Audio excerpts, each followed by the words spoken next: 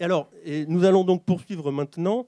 Que savent exactement les consommateurs de leur comportement alimentaire et surtout des liens entre leur comportement alimentaire et leur santé? Et surtout, quels produits appellent-ils de leur vœu? Eh bien, pour le savoir, j'appelle maintenant Pascal Grelot-Girard à me rejoindre. Pascal, bonjour. Bonjour. Alors, Pascal Grelot, voilà, prenez un micro. Alors, vous êtes directrice innovation, je vais essayer de ne pas me tromper, compréhension de marché, unité grande consommation chez TNS Sofres. Oui. Bon. Oui, tout à fait. Et donc, vous allez nous présenter maintenant une étude qui va nous aider à resituer nos comportements alimentaires franco-français dans un univers, dans un cadre un peu plus large, puisqu'on va comparer avec un certain nombre d'autres pays. Et vous allez, donc la question que j'ai envie de vous poser tout de suite, c'est est-ce que finalement le bien manger, c'est un sujet sérieux en France? C'est un sujet totalement sérieux. Totalement sérieux. Et je dirais que ce qui est encore plus sérieux, c'est le mieux manger. Alors le mieux manger, nous vous écoutons. Alors, en introduction, je voudrais juste commencer par citer quelques résultats d'une étude qui vient d'être publiée par l'ANIA. Alors, je ne sais pas s'il y a des représentants de l'ANIA dans la salle. Au premier plan, au premier rang. Voilà, moi j'ai eu entre les mains les quelques premiers résultats que vous avez diffusés sur la consultation citoyenne donc, que vous avez faite en France entre octobre et mars de cette année.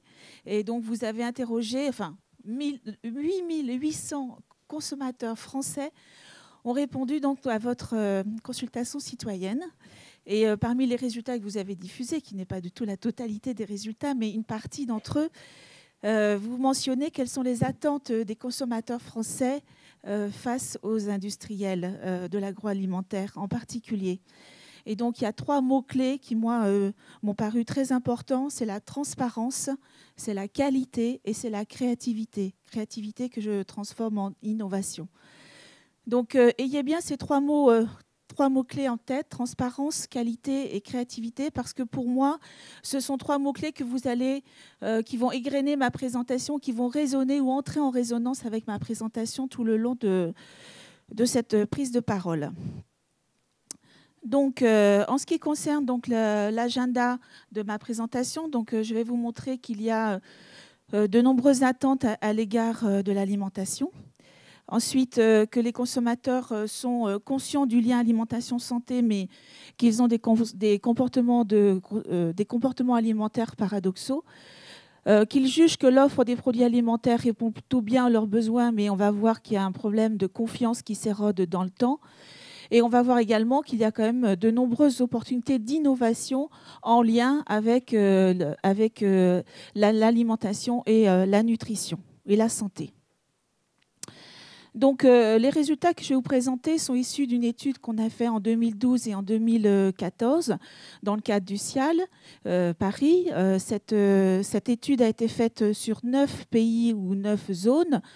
Donc, on retrouve les principaux pays européens, la France, l'Allemagne, l'Espagne, le UK, les USA, la Russie, la Chine, le Brésil et des pays de la zone Moyen-Orient qui ont été traités en tant que tels, l'Arabie Saoudite, les Émirats Arabes Unis, le Qatar, Oman et Bahreïn. Tout ça auprès d'échantillons représentatifs de chacune des zones. Donc, premier insight, quelles sont les attentes à l'égard de l'alimentation ? En France, l'alimentation, c'est bizarre, ça n'apparaît pas, mais enfin, le chiffre le plus important, c'est celui qui manque, c'est 59% des Français. Non, c'est parce que ça ne se voit pas en réalité. Donc, 59% des Français qui associent avant tout l'alimentation au plaisir. Et avant tout, bien sûr, avant la nécessité, puisque vous avez que 34% des Français qui associent avant tout l'alimentation à la nécessité et seulement 7% des Français qui associent l'alimentation au fait de prévenir les problèmes de santé.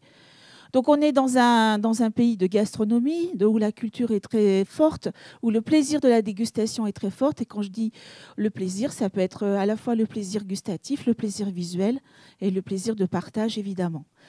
Ce n'est pas le cas dans tous les pays, hein, puisque vous voyez que selon les pays, il y a des choses qui sont très différentes.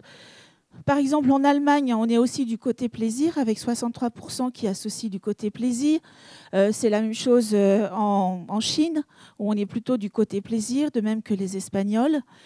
Les Britanniques sont, eux, partagés entre concevoir l'alimentation comme une nécessité ou la concevoir comme un plaisir, à 48% et 46%. Et puis, il y a d'autres pays dans lesquels l'appréhension de l'alimentation est davantage du côté fonctionnel, utilitariste, nécessité. C'est par exemple le cas en Russie pour 55% des Russes, 54% des Américains. C'est le cas également au Brésil et également au Middle East pour 46 ou 47% d'entre eux. Ce qui est aussi important à retenir, c'est que dans aucun des pays qu'on a interrogés, l'alimentation est avant tout un moyen de prévenir les problèmes de santé. Ça n'est jamais conçu comme ça en majorité, même s'il y a des pays pour lesquels ce lien alimentation-santé est plus fort que pour d'autres, et en particulier, on le voit ici en Espagne, au Brésil, en Chine et dans la zone Moyen-Orient. On a de nombreuses attentes à l'égard de l'alimentation. En particulier, là encore, il me manque 2 chiffres, mais ce n'est pas grave, je vais vous les donner. C'est l'alimentation, bien sûr, comme source de plaisir. Hein, la question, c'était qu'est-ce que pour vous bien manger? Donc les Français, ils nous disent avant tout, pour moi, bien manger, c'est avoir plaisir ou faire plaisir aux autres. C'est également partager un moment de plaisir, on le voit ici à 54%. C'est aussi la variété qui est très prégnante en France, avec 59% des Français qui cherchent à varier leurs repas. Et puis on le voit quand même en termes de hiérarchie, c'est aussi bien manger, c'est-à-dire manger équilibré, 63%, et manger sain à 57%. Après, le reste est moins important. On voit aussi que les résultats sont différents selon les pays. Si je prends par exemple le Brésil que vous avez ici, la notion d'équilibre, elle est moins importante et la notion de plaisir, elle est moins importante. Par contre, en Chine, on a énormément d'attentes à l'égard du bien manger, que ce soit dans le plaisir, 69%, que ce soit dans le fait de manger équilibré, 72%, le fait de manger sain, 84%, ou le fait également de partager un moment de convivialité, de varier ses repas, c'est pas vrai, mais aussi de manger pas cher. En Chine, on a une attente de produits qui sont extrêmement bon marché, qui est importante. À l'inverse, dans certains pays, comme on voit ici, aux États-Unis, la notion de convivialité associée au fait de bien manger n'est pas présente, hein, puisque seulement 25% l'associent. Et la variété, la recherche dans l'absolu de variété n'est pas présente non plus. Donc il est important de bien comprendre cette compréhension, en tout cas toutes ces valeurs qui sont associées au bien manger quand on travaille et quand on s'adresse aux consommateurs dans ces pays. Ensuite, on va voir que les consommateurs sont bien conscients du lien alimentation-santé et ils ont des comportements alimentaires qu'on peut qualifier de paradoxaux, mais voilà, ils sont ce qu'ils sont. Le lien alimentation-santé n'est plus à faire et quand on pose la question aux consommateurs, quels sont les principaux risques pour votre santé dus à l'alimentation, eh bien 78% mentionnent le cholestérol élevé, 76% l'obésité, 63% les maladies cardiovasculaires, 61% le diabète, et ils mentionnent également pour près de 5 sur 10 les intoxications alimentaires, les allergies alimentaires, et un peu plus de 4%, de 4 sur 10, l'hypertension ou le cancer. Ça, c'est pour les Français. Quand on regarde de façon transversale sur l'ensemble des pays, on voit que le cholestérol et l'obésité sont toujours cités par une très forte majorité de consommateurs. Mais ce qui est surtout intéressant à noter, c'est qu'il y a des pays dans lesquels la notion d'intoxication alimentaire est sans doute plus présente, puisqu'elle est fortement associée. Vous voyez ici les chiffres pour le Brésil à 78%, pour la Chine 74%, la Russie 74%. Et à l'inverse, en Allemagne, on est plus confiant, on est peut-être plus confiant dans la structure de ces entreprises agroalimentaires. Et ce n'est pas un risque très élevé. Et la notion d'allergie également, elle est plus présente, on le voit ici, en Russie et au Brésil.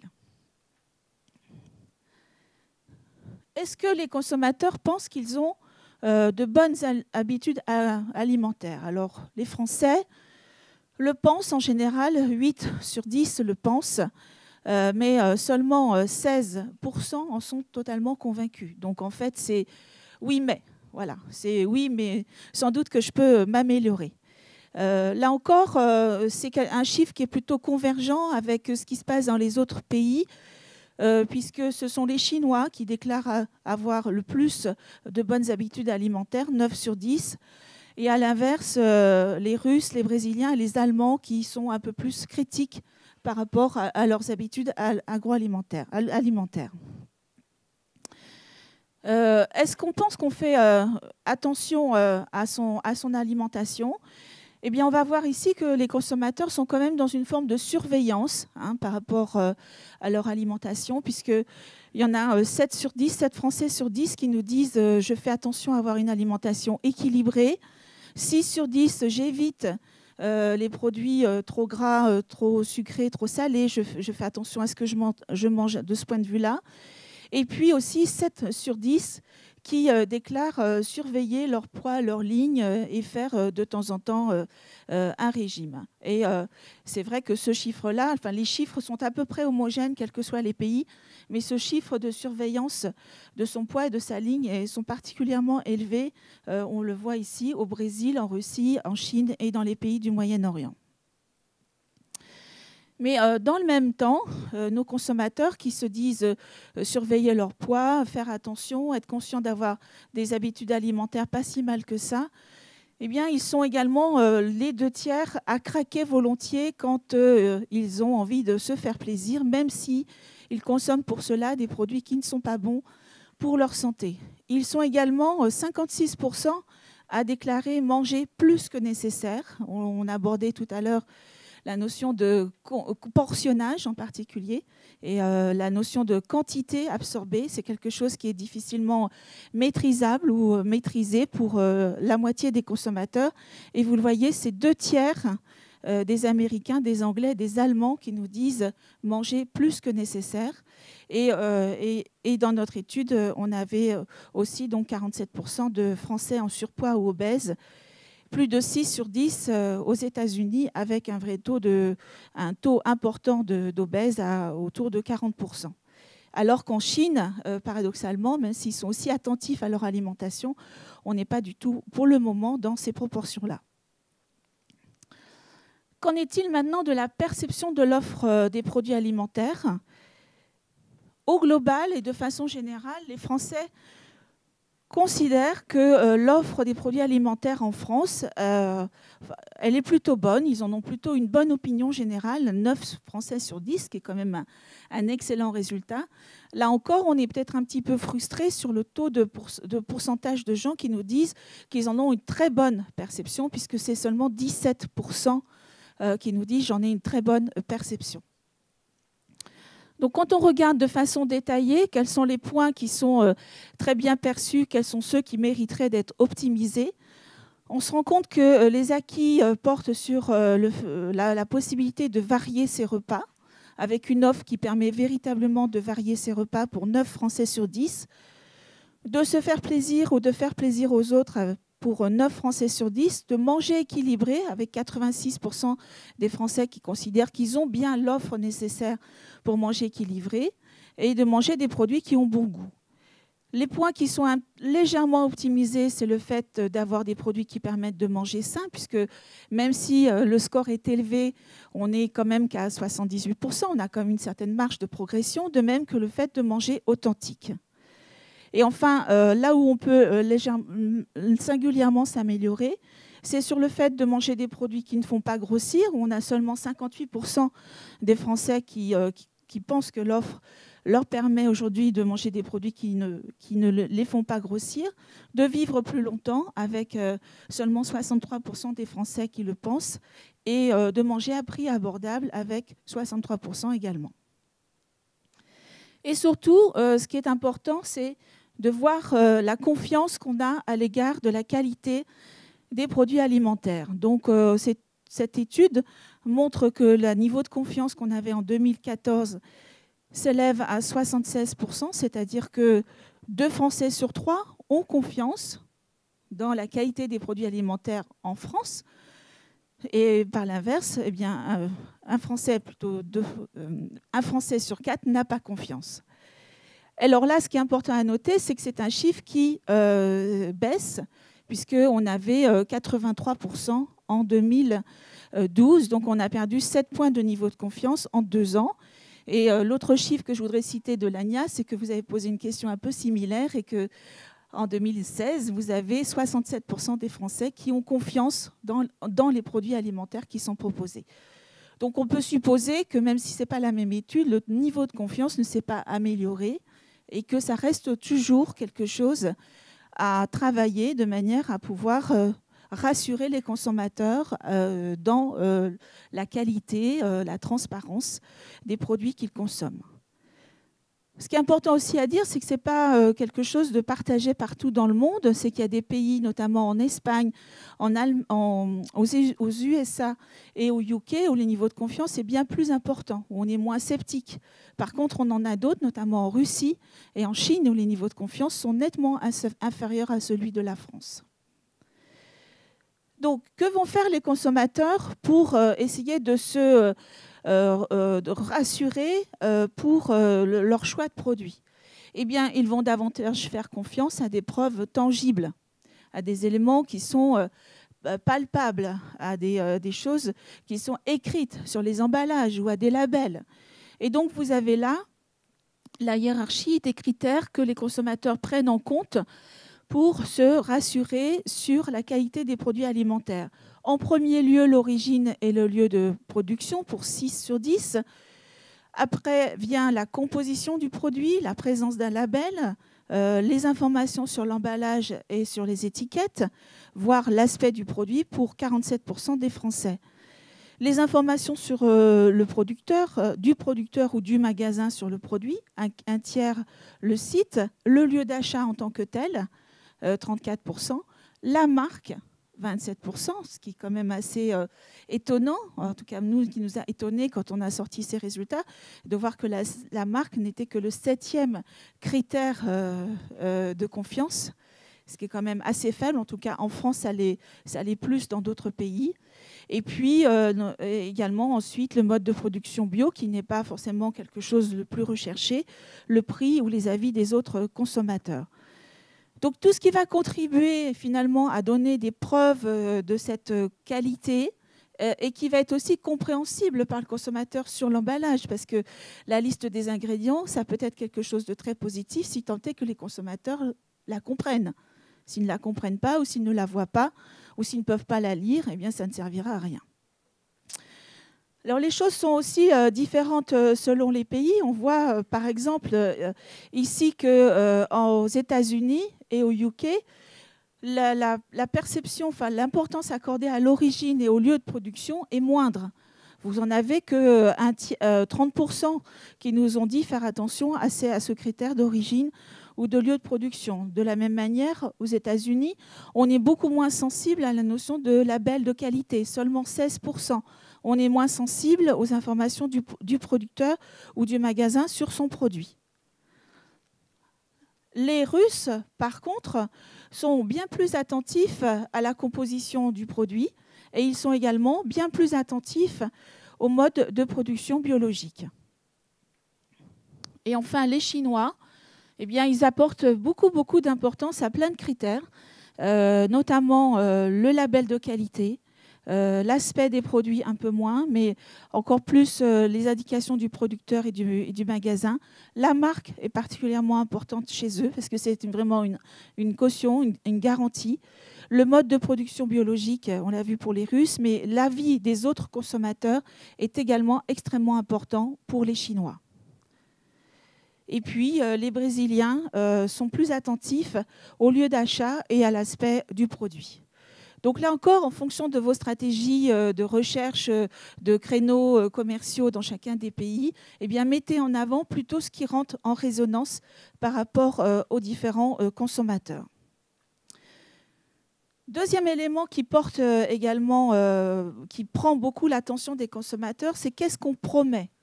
Quelles sont les allégations? Quels sont les claims qui sont mis en avant sur les packs? On voit ici dans cette étude que les Français sont particulièrement sensibles ou intéressés par plein de claims qui vont mettre en avant les qualités naturelles du produit.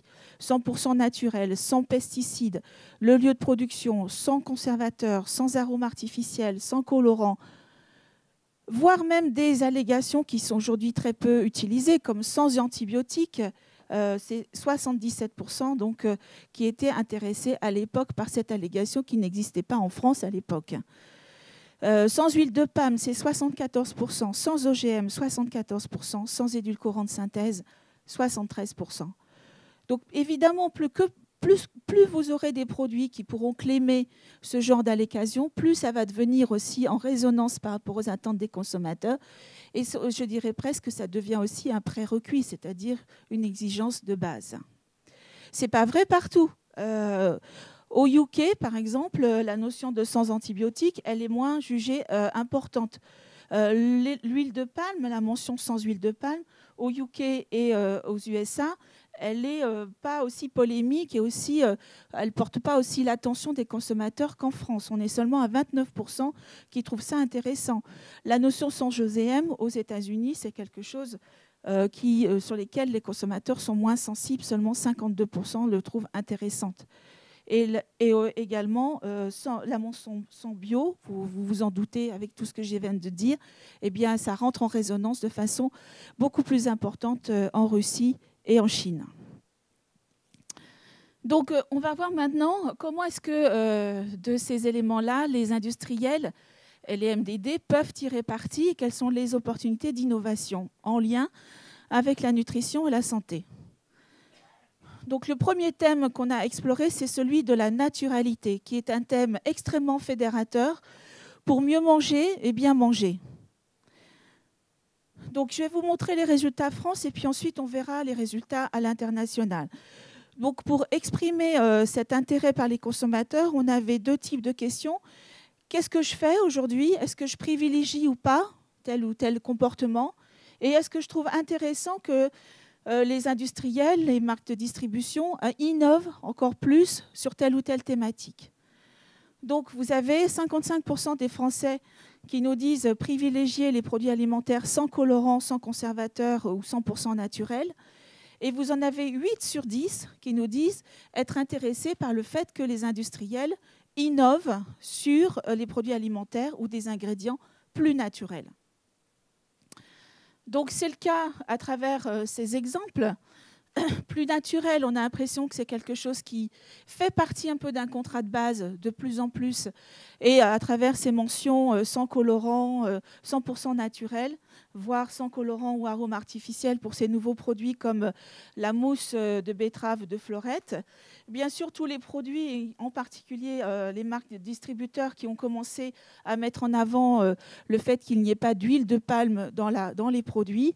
Et puis, ce nouvel exemple du jambon Fleury-Michon qui claime sans antibiotiques et sans OGM, même s'il n'a pas été le précurseur dans cette catégorie, puisque c'est le jambon bien né qui l'a fait, mais en tout cas, ça contribue à également montrer que la mention sans antibiotiques est utilisée, ou voire être de plus en plus utilisée. Autre déclinaison de la naturalité, c'est faire mieux avec moins, c'est-à-dire avoir des produits qui soient simples en termes de nombre d'ingrédients, avec peu d'ingrédients et qui ne soient pas trop transformés. Pourquoi? Parce que pour le consommateur, tout ce qui est du domaine du simple, pas trop transformé, c'est une source d'avoir le vrai goût des aliments, de ne pas avoir d'ingrédients suspects, et c'est également, vous voyez, pour 8 sur 10, quelque chose qui les intéresse particulièrement. Faut que j'accélère, c'est ça? Un petit peu. Donc, vous avez ici des exemples avec des produits où on claime peu d'ingrédients, 3 ici pour pâturage essentiel. Et ça peut prendre également, vous voyez, des formes, donc une façon d'exprimer le produit qui exprime la simplicité. Ce n'est pas seulement dans le nombre d'ingrédients, mais c'est aussi dans la façon dont est exprimé le produit, comme avec ces chewing-gums Simpling Gum aux États-Unis. Autre thème de déclinaison de la naturalité, c'est l'origine, la provenance, puisque vous avez 64% des Français qui sont attentifs à l'origine et à la provenance, et 8 sur 10 qui se déclarent intéressés par ce type d'innovation. Donc la provenance, ça peut être bien sûr tout ce qui va mentionner les mentions de labels de qualité, ça peut être toutes les mentions qui portent sur l'origine France en particulier, ou des actions qui mettent en avant des produits qui sont made in pas très loin de chez soi, comme celle de Monoprix. Et puis également, le bio, ça peut être une déclinaison. Alors là, vous voyez tout de suite que les niveaux d'intérêt sont beaucoup plus faibles. Le bio, c'est quelque chose, c'est un marché qui se développe, qui est en pleine dynamique, mais on sent bien que ça ne suscite pas le même engouement en France, en tout cas, que dans d'autres pays, et même dans l'intérêt suscité par les produits en termes d'innovation. Et vous voyez ici que la naturalité, c'est vraiment une manière d'innover autour de l'alimentaire qui est extrêmement plébiscitée dans la plupart des pays que nous avons questionnés. Et également, on retrouve ce côté un peu segmentant de l'agriculture biologique, puisque certains pays sont extrêmement sensibles à ça et d'autres un peu moins.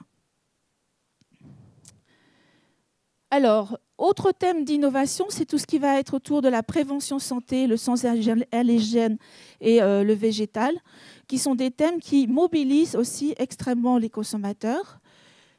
Donc, première dimension, mettre en avant des promesses santé, bénéfices santé dès que possible. 6 Français sur 10 nous disent « Certains aliments ont des bénéfices pour ma santé, je les consomme dès que je peux ». Et vous voyez qu'ils sont soit intéressés par ces promesses qui leur permettent d'entretenir ou de prévenir les problèmes de santé ou de renforcer leur capital santé, voire de corriger certains dysfonctionnements dans certains cas. Et donc là, vous avez sur cet exemple quelques exemples d'innovations récentes où on va, sur la margarine Saint-Hubert, utiliser la promesse DHA pour mieux entretenir son cerveau ou sa rétine, des produits qui sont anti-nauséeux pour les femmes enceintes, et puis bien sûr tout ce qui va tourner autour de la composition des produits, du développement des microalgues en particulier. Développer des produits sans allergènes, c'est un vaste champ d'innovation qui ne fait que commencer. On a finalement un nombre limité de consommateurs qui sont véritablement allergènes. Si on prend le sans gluten, c'est de 1 à 3%. Mais on a en France entre 20 et 30% de consommateurs qui se disent sensibles au gluten. Et donc, ce qui veut dire que c'est un pan très important de recherche et de possibilités de développement et qui fait l'approbation des consommateurs, puisqu'on a 74% des consommateurs qui nous disent « Je suis intéressé par de telles innovations ». L'offre des produits sans gluten se développe, s'est développée, va continuer avec se développer avec des produits qui sont plus plaisir, plus gourmands, plus pour toute la famille. Mais on a également tout le pan du développement du sans lactose qui est extrêmement important. Et puis, il y a également tout ce qui est végétal, où là encore, le végétal et les propriétés du végétal et l'engouement des consommateurs pour le végétal, le végétalisme, végétarisme, flexitarisme, parce qu'aujourd'hui, ce n'est pas tant le fait d'être végétalien ou végétalien qui est important, puisque ça ne concerne que 1 à 2% de la population française, 12% au UK quand même, mais c'est aussi le fait d'être flexitarien et d'avoir une alimentation où on cherche à réduire les protéines animales. Donc là encore, ça fait écho à de nombreuses attentes des consommateurs et également la possibilité donc, de développer des gammes autour de cette offre végétarienne autour des substituts aux protéines animales ou autour de produits qui sont retravaillés, parce que des gammes de jus de fruits ou jus de légumes, ce n'est pas nouveau, mais de les retravailler avec des promesses un peu santé, ça peut être intéressant. Et là encore, on le voit du point de vue transversal, c'est quelque chose qui intéresse dans beaucoup, beaucoup de pays. Il n'y a quasiment pas de point gris sur ce slide. En ce qui concerne maintenant les promesses de minceur, bien-être et énergie, on va voir que c'est quelque chose qui intéresse un peu moins le consommateur, notamment sur la version allégée des choses. Ça ne veut pas dire pour autant qu'il n'y a pas de la place pour innover, mais le marché est plus niche, plus spécialisé, plus spécifique. On a quand même 60% des gens qui sont intéressés par des produits, des innovations qui sont dans le domaine de la relaxation, du bien-être, de l'énergie, ou qui apportent des services ou du bénéfice autour du maintien de la ligne, la perte de poids. Par contre, la beauté, c'est quelque chose qui est extrêmement limité en France ou dans d'autres pays. Et vous voyez ici, on a quand même un univers qui est beaucoup plus segmenté en termes d'intérêt. Mais là encore, ça ne veut pas dire pour autant qu'il n'y a pas de la place pour des innovations. Voilà, j'en arrive à ma conclusion. Alors, dans la conclusion, ce que je voudrais souligner, c'est que on ne peut pas créer de nouveaux produits alimentaires si on ne met pas en avant tout de suite quel est le bénéfice en termes de plaisir. Si ce ne sont pas des produits qu'on a plaisir à consommer et à reconsommer, ce sont des produits qui sont voués à l'échec. On voit également que la naturalité, ça fait quand même des années qu'on en parle. L'allergène, ça fait des années qu'on en parle, le local aussi. On voit bien que ce sont des tendances de fond, ce sont des tendances qui structurent aujourd'hui les attentes en termes d'innovation. Mais c'est aussi la manière dont on met en scène ces innovations, les déclinaisons nouvelles, les micro-tendances. On parle des algues, on parle des graines, on parle des fibres, etc. C'est ces manières-là qui prennent de plus en plus d'importance aujourd'hui. Donc on réinvente un peu des tendances structurelles. On voit aussi qu'on a une certaine convergence internationale. Vous les avez vus avec mes petits points verts et mes petits points verts foncés. On sait aussi, vous le savez aussi, que les consommateurs sont de plus en plus avertis, ils sont de plus en plus méfiants, informés. Et bien sûr, tout ça fait qu'ils sont plus exigeants, et notamment en termes de transparence. Donc, je reboucle avec mes 3 mots-clés de mon introduction. Transparence, qualité, créativité. Je pense qu'il faut toujours avoir ça en tête quand vous cherchez à innover. Merci beaucoup. Merci Pascal. Alors, avez-vous des questions pour Pascal Grelot? Gérard? Alors, je pense qu'en général, la présentation était passionnante, il y avait plein de chiffres. Il y a toujours une question qui arrive, c'est est-ce que vous laisserez votre présentation?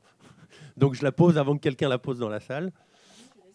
Oui, donc voilà, la présentation de Pascal sera disponible. Pour ceux qui n'ont pas eu le temps de noter tous les chiffres, c'est vrai qu'il y en avait beaucoup. Alors, avez-vous d'autres questions sur le fond? Et je voudrais juste dire aussi que nous sommes en train d'actualiser cette étude et que vous aurez d'autres résultats en octobre, au moment du CIAL Paris. Voilà. Donc des questions, il y avait beaucoup de choses. Donc les tendances d'innovation, voilà.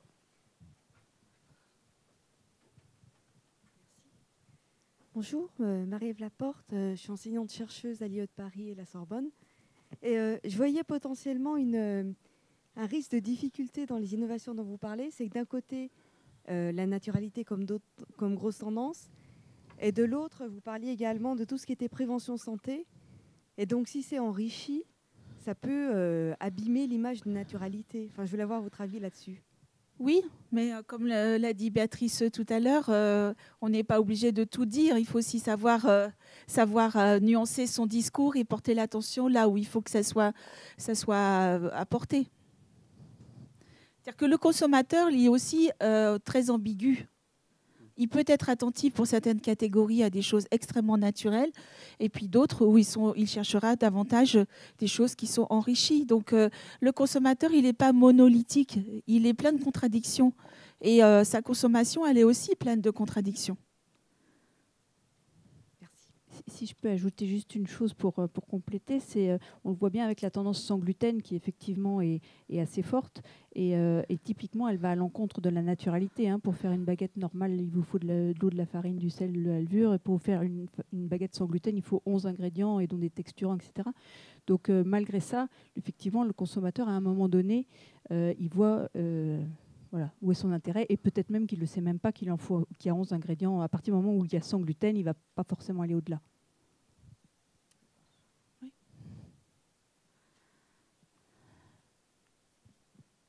Avez-vous d'autres questions? Allez-y, profitez-en. Oui, Béatrice. Alors après, monsieur.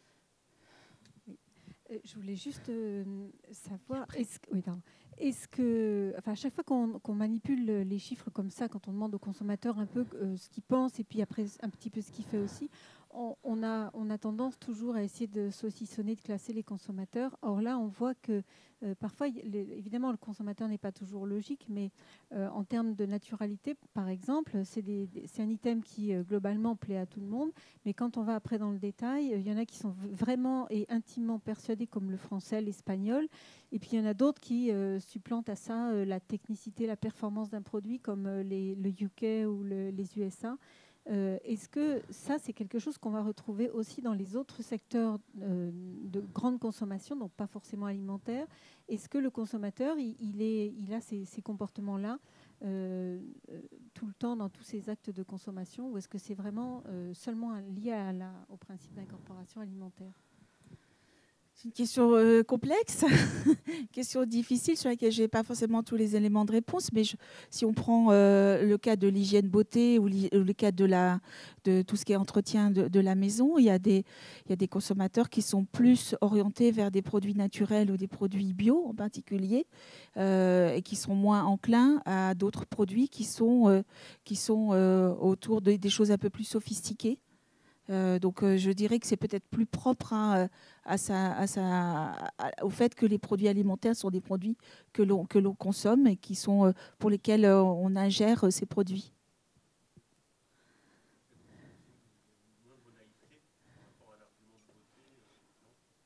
Oui, enfin là la question de ils sont peut-être pas crédules, et après c'est aussi la preuve, enfin une question de preuve, et aussi des produits qui ont été lancés qui n'étaient peut-être pas au niveau d'ailleurs de cette notion de plaisir qu'on attend. Enfin voilà. Vincent Lafaille, Société Food Développement. On parle depuis peu de temps là, d'une grosse tendance qui est le flexi-végétarisme. À l'époque, c'était peu présent. Est-ce que justement, dans ce que vous êtes en train de faire, vous avez déjà ça qui ressort ou pas?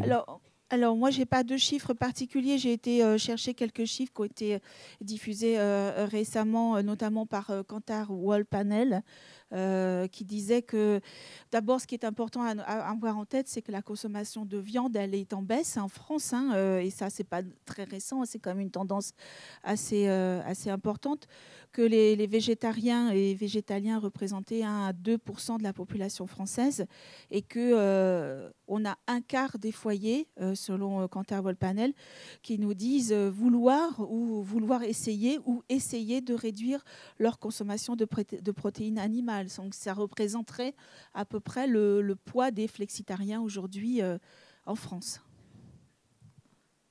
Moi, j'ai encore une question. C'est concernant le gap qu'il y a, notamment en France, entre effectivement la sécurité alimentaire qui n'a sans doute jamais été aussi bonne qu'aujourd'hui, et le fait que les consommateurs n'ont jamais autant douté, enfin, ou doutent de plus en plus, tant pour la sécurité alimentaire, ou même, vous parliez de l'huile de palme tout à l'heure, c'est vraiment un problème franco-français. Est-ce qu'on peut dire que, je ne sais pas, peut-être les médias, ou est-ce qu'on a fait trop de... Mais ça fait vendre la presse, les scandales alimentaires. Ça fait vendre la presse ou vendre les émissions de télé. Il suffit de voir au cours des 2 dernières années, il n'y a pas un quotidien, ou il n'y a pas un mensuel, ou il n'y a pas une chaîne de télé qui va de pointer du doigt l'industrie agroalimentaire. Donc je crois qu'effectivement, c'est une suspicion qui maintient ce niveau de méfiance. Avéré ou pas, il y a sans doute eu des moments où les industriels n'étaient pas tous clean. Il y a des moments où il y a eu tromperie. Les choses sont ce qu'elles sont. Mais je crois que ça renvoie juste à la nécessité de communiquer sur ce qui se fait. C'est-à-dire quand on voit un exemple comme Fleury-Michon et tout ce qui a été fait autour du Surimé en particulier, c'est un exemple intéressant. Ou quand on voit l'exemple de Blédina qui ouvre également ces terres où on va les cultiver, les carottes pour mettre dans les petits pots, ça peut être à la fois de la communication, mais en même temps, c'est une forme de réalisme. Donc, c'est aussi aux industriels, aux marques de distributeurs d'apporter la preuve, d'apporter la transparence nécessaire pour contrer ce poids des masses médias qui, effectivement, tirent profit de cette méfiance pour se montrer du doigt les failles du système. Et je crois que ce que veut faire l'ANIA également, à travers cette étude qui a été faite, c'est aussi la démonstration qu'ils sont conscients qu'il y a un certain nombre de défaillances et qu'il ne faut pas les nier, il ne faut pas les cacher, il faut au contraire s'en emparer et mettre en place ce qu'il faut pour rendre la confiance aux consommateurs. Très bien, parfait. Bah, écoutez, merci beaucoup. Merci Pascal.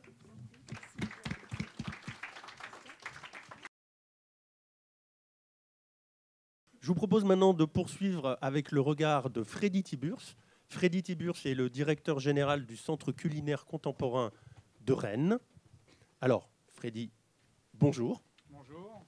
Tiens, je te donne le micro. Merci. Alors, le Centre culinaire... Bonjour à tous. Pardon, vas-y. Le Centre culinaire contemporain est un laboratoire d'études. Vous y avez un restaurant d'essai. Et dans ce restaurant d'essai, vous pouvez observer les habitudes alimentaires, les bonnes et les moins bonnes de vos clients. Et est-ce que ce que vous y observez correspond avec ce que Pascal Grelot-Gérard vient de nous dire? Est-ce qu'il y a des similitudes ou est-ce que voilà, ça ne se recoupe pas forcément? De parfaites similitudes, devrais-je dire. C'est magnifique. Par ailleurs, par rapport à tout ce qui a été dit au préalable, oui. Alors nous ne sommes pas qu'un laboratoire d'études, une plateforme d'innovation, mais peu importe. Je suis tenté d'ailleurs de rebondir sur les derniers propos de Pascal sur ce qu'il conviendrait de considérer de manière assez simple. On parle beaucoup en fait, hein, ça a été relevé depuis le début de l'après-midi. On parle beaucoup de beaucoup de choses. On pourrait même dire qu'effectivement, ça a été souligné, il y a beaucoup de bruit médiatique autour du fait alimentaire, mais pas que, hein, du culinaire, de la nutrition. On pourrait parler d'hyper-médiatisation en fait, du sujet alimentaire. Et comme une bonne nouvelle n'arrive jamais seule, on pourrait même parler d'hyper-digitalisation désormais du fait alimentaire. Et en définitive, ça a été un peu pointé du doigt par Sophie dans son intro, mais on a une sorte de cacophonie ambiante qui influence chacun d'entre nous et évidemment l'ensemble des consommateurs. Donc ça, c'est un fait avéré. Force est de constater, il y a quelques temps maintenant, lorsque j'ai lancé le centre culinaire, ça remonte à 3 ans, je disais que j'appelais ça les 3D en opposition ou en complémentarité des 3C, et je disais le design, le durable et le digital, c'est pas des oasis dans le désert, c'est des conditions d'accès au marché. Eh bien, je pense qu'aujourd'hui, ce qui a été dit sur la transparence, c'est également le cas. C'est-à-dire que c'est pas quelque chose vers quoi il faut se diriger, c'est une condition d'accès au marché, c'est une condition sine qua non. Voilà. Alors, après, mon propos il va être probablement un petit peu singulier par rapport à ce qu'on a entendu depuis le début de l'après-midi, mais a priori, mais ce sera à vous de le dire, ça devrait être assez complémentaire à ce qui a été évoqué. Juste un petit mot sur le centre culinaire contemporain, puisqu'on parle de nutrition. Le centre culinaire, moi je dis souvent, c'est un spaghettarium. Puisqu'en définitive, j'invite chacun d'entre vous à se projeter. Et si on se dit que sur le centre, on essaye de questionner la diversité des possibilités pour questionner les manières de faire ou de penser la cuisine, tout autant que les façons de se nourrir, et que ça correspond aux spaghettis qu'on va aller essayer de déplacer sans bouger les autres et le remettre à la même place, vous verrez que ça engendre un certain nombre de complexités. Je vous vois perplexe, vous avez raison, parce que c'est totalement ou quasiment impossible. Il n'empêche que le fait alimentaire, c'est un vrai spaghettarium. Deuxième élément, donc, le centre culinaire, c'est une plateforme d'innovation, c'est-à-dire que les 3500 m² de notre boîte à outils permettent de croiser à la fois un certain nombre d'infrastructures qui permettent de mettre en situation les filières du manger et de faire réagir au réel les utilisateurs professionnels ou les citoyens usagers. C'est pour ça qu'on parle de Living Lab notamment. Et puis, vous dire qu'évidemment, dans ce lieu-là, nos amis québécois parlent de laboratoire vivant, je les rejoins en soi. En fait, on a un parti pris, c'est celui de l'innovation par les usages, autrement dit, centré sur l'expérience utilisateur, et ça génère un certain nombre de prestations. Alors, c'est précisément le propos que je vais vous livrer, témoigner, c'est-à-dire que on va restituer à travers ça les expériences qu'on a pu avoir depuis 3 années maintenant et essayer d'apporter un éclairage. Vous allez voir, c'est une petite synthèse dans un premier temps sur les travaux qui ont été présentés précédemment. On m'avait donné 2 questions. Comment répondre à leurs attentes, sous-entendu aux attentes des consommateurs, et peut-on se faire plaisir sous contrainte de nutrition? On aime bien en matière d'innovation travailler sous contrainte parce que c'est probablement la plupart du temps la clé adaptée. Eh bien, un premier éclairage rapide sur le focus marché. Alors, c'est une synthèse de ce qui a été dit. Nous, globalement, lorsqu'on fait des benchmarks avec nos partenaires, notamment du pôle chaîne alimentaire de la Chambre de commerce de Rennes, on passe au prisme de ces 4 grandes tendances: praticité d'usage, éthique et rassurance sur la filière, plaisir gustatif, qualité nutritionnelle. Et globalement, ça permet d'apporter un éclairage ou d'évaluer en définitive toutes les innovations, toutes les présentations produits que l'on peut trouver en marché. L'intervenante précédente a souligné combien il était important d'innover. C'est le seul chiffre que je donnerai. 50% des produits alimentaires en marché aujourd'hui n'existaient pas il y a 5 ans. Et un produit nouveau sur 2 mis en marché aujourd'hui ne sera plus en marché dans 6 mois. Il faut avoir ça en permanence aussi à l'esprit pour évoquer le sujet. Alors, la praticité d'usage, chacun connaît ça, donc je vais passer très rapidement, et puis d'autant plus que vous avez eu un certain nombre d'exemples au préalable, mais globalement, de quoi parle-t-on? Du temps, qui est forcément compté, de l'intégration du snacking, d'ingrédients multi-usages versus des plats élaborés, et évidemment la praticité des packaging et les services associés, tels que ça a été également souligné en début d'après-midi. Éthique et réassurance sur la filière. On a vu combien l'origine était prégnante, mais aussi la nécessité de jouer sur la réassurance, d'aborder le bien-être animal et de simplifier le process. Je peux vous promettre que nous ne nous sommes pas concertés, mais c'est très concordant par rapport à ce qui a été évoqué. Au même titre que le plaisir, ça reste un des piliers du sujet alimentaire. Ce n'est pas envisageable de manger sans prendre plaisir, au moins pour les Européens que nous sommes, avec ces 4 grandes tendances que je ne vous commente même pas, vous les connaissez parfaitement. Sur la qualité nutritionnelle, là aussi, un petit peu plus de détails. Ça a été illustré par quelques exemples tout à l'heure, mais moins de gras, moins de sel. Je dirais que ça a été, et ça demeure une des caractéristiques majeures. La prise en compte des allergies et des intolérances, et là, il y a une réelle dynamique autour de ce sujet-là. Ça a été évoqué notamment pour le sans gluten. On peut le constater à travers l'ensemble des trophées de l'innovation aujourd'hui. Pour ceux qui participent à des jurys de l'innovation, du sans gluten, on en a quasi systématiquement. C'était encore le cas récemment sur le CEFIA il y a quelques jours. Réduire les nuisibles aussi, entre guillemets, huile de palme, antibiotiques, ça a été évoqué, et améliorer la valeur nutritionnelle. Au-delà de ces 4 grandes tendances, on a aussi un constat, celui de l'essor de la consommation communautaire, à l'âne notamment, cachère, etc. Et c'est évidemment un levier d'innovation à considérer. Donc en résumé, les ménages sont friands de produits élaborés simples et rapides d'utilisation, de produits naturels made in France, voire made in région, on aurait pu dire made in local, de produits aux saveurs originales permettant de varier les plaisirs au quotidien, et de produits santé qui s'appuient notamment sur un ingrédient en général appauvri en quelque chose et parfois enrichi en, ça a été évoqué. Juste une petite précision sur la question de tout à l'heure. Là aussi, je pense que la manière dont on explique les choses est cruciale. C'est-à-dire que si j'ai un produit laitier enrichi en vitamine D et que j'explique que la vitamine D elle a pour but de fixer le calcium, je donne une information transparente, utile, qui permet la compréhension, et auquel cas, c'est plutôt bien accepté.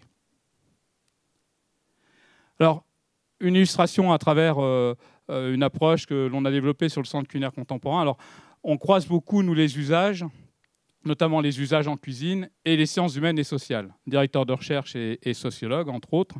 Et donc, forcément, on va s'intéresser dans les recherches de croisement de valeurs à 3 dimensions qui sont prépondérantes de notre point de vue sur le sujet alimentaire.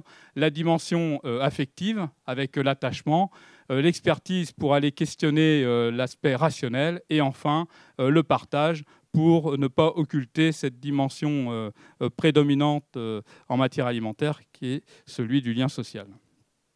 Alors, pour l'attachement, par exemple, sur cette dimension affective, on va, si je prends pour exemple une étude faite sur les légumes, notamment auprès des jeunes adultes, et à chaque fois je m'appuie sur des exemples menés ces derniers temps, il y a une dimension prépondérante, c'est celle des représentations et des imaginaires associés. On en parle peu ou pas assez, mais force est de constater que la dimension symbolique de l'alimentation, et notamment les dimensions symboliques négatives, peuvent influencer de manière déterminante la perception de tel ou tel produit. Dans ce sujet-là, pour se différencier, on va essayer de développer un côté original. L'exemple de ce qui est encadré en petits légumes, c'est ce qui ressort le plus fréquemment sur les groupes consommateurs. Il y a une forme de béatitude ou de lassitude. C'est les formats déjà, ouais, c'est le côté un peu original, le côté ça se fait pas partout, etc. Voilà, c'est comme ça qu'on nous parle lors de ces groupes consommateurs. Et pour autant, ce qui est intéressant, c'est que des légumes traditionnels à la base peuvent être remis au goût du jour s'ils sont travaillés sur un format, par exemple, c'était le cas pour l'étude en question. Il y a une forme de réenchantement, c'est-à-dire le réenchantement peut venir par la taille, et peut venir aussi sur un certain nombre d'autres éléments, et on verra lesquels au fur et à mesure de la démarche. Alors, ça, c'est une vraie photo, hein. On a parlé tout à l'heure d'Optifel. Il s'avère que pour notre part, on a mené un programme qui s'appelle Mixé, hein, sur les textures adaptées et le manger-main en maison de retraite notamment. Donc ça, c'est pour un de nos clients. C'est précisément un plateau. Alors, il est conforme aux prescriptions. D'un point de vue nutritionnel, il n'a strictement rien à redire. Mais force est de constater que le résident ne le mange pas. Vous avez tout de suite compris ce qui manquait. Alors voilà, la même chose, retravailler pour nos soins. Alors là, pour le coup, la vertu, elle est simple, hein. Il faut faire sain, beau et bon à la fois, et ça aide. Donc c'est le message du plaisir qui était évoqué tout à l'heure. Mais dans un autre contexte, ça dépend du public. Parce que si on s'intéresse aux enfants, on peut aussi investir le champ d'une narration. On peut être drôle, on peut même faire des blagues. Je ne rentre pas dans le détail. Ce que je veux démontrer là, c'est des différents partis pris. Et donc, la dérision, ça peut être aussi un parti pris de réenchantement. Après la narration, on peut carrément se dire on va raconter une belle histoire. On va réenchanter par les tendances culinaires. Alors, ce que l'on fait régulièrement, je donne 2 ou 3 exemples ici. Donc là, c'est le goût de vivre. On travaille pour les tendances culinaires avec un spécialiste du sujet qui s'appelle Rémi Lucas, Quête Marketing, que certains d'entre vous connaissent peut-être. Et nous, on est associé également à ces cartographies qui permettent d'évaluer les produits qui bougent sur les cartes des restaurateurs. Renouveler l'énergie, donc autre exemple, cultiver son jardin. Et à chaque fois, on va être sur des associations d'idées, des compositions qui permettent là aussi une forme de réenchantement. Donc voilà quelques exemples sur la partie attachement, et on va aborder une dimension beaucoup plus rationnelle qui est celle de l'expertise. Alors, lorsqu'on parle d'expertise, là, pour le coup, on va essayer de faire gagner en expertise. C'est donner de la connaissance, donner du conseil. C'est un légume ou pas? Parce que déjà, force est de constater que tout le monde n'a pas une bonne lecture, une bonne connaissance produit. Il s'avère que dans les quelques résultats de Focus Group Consommateur auxquels je fais référence pour cette même étude, là, on constate que la catégorie des légumes, elle n'est pas aussi nette que ça pour tout le monde, loin s'en faut. Parfois, les réponses peuvent être dans des prises de position assez simples. Autre aspect, ça a été évoqué, je crois que c'est Béatrice de Rénal tout à l'heure qui l'exprimait, c'est-à-dire qu'il peut y avoir des stratégies pour certains consommateurs où oui, c'est ça, c'est la notion de stratégie qui était évoquée. Eh bien, faire sa liste de courses, ça peut être une stratégie en soi. Et lorsqu'on suit des itinéraires, des parcours de consommateurs, on voit bien celles et ceux qui font leur liste de courses, ce qu'ils ne font pas, ce qu'ils achètent ou pas, et puis quelles intentions, quelles finalités ils donnent à leur acte. Eh bien, globalement, planifier, assister ou aider à planifier ou assister à faire, ça peut être une stratégie d'accompagnement et un élément de réponse auprès des consommateurs. Et évidemment, ça peut aussi apporter un éclairage en matière de prise en compte des attentes consommateurs. Autre aspect, développer l'apprentissage à la cuisine, c'est régulièrement dit, mais apprendre aux enfants à se nourrir le plus tôt possible, ça va plutôt dans le bon sens. Se battre contre les idées reçues, le gras a été évoqué tout à l'heure. Avant la réhabilitation du gras, il y avait un constat de méconnaissance, mais d'un autre côté, les années 70 ont tellement alimenté cette méconnaissance-là en diffusant nombre d'inepties que forcément arrive un moment, même si on réhabilite le gras, il reste quelques reliquats de ce qui a été dit précédemment.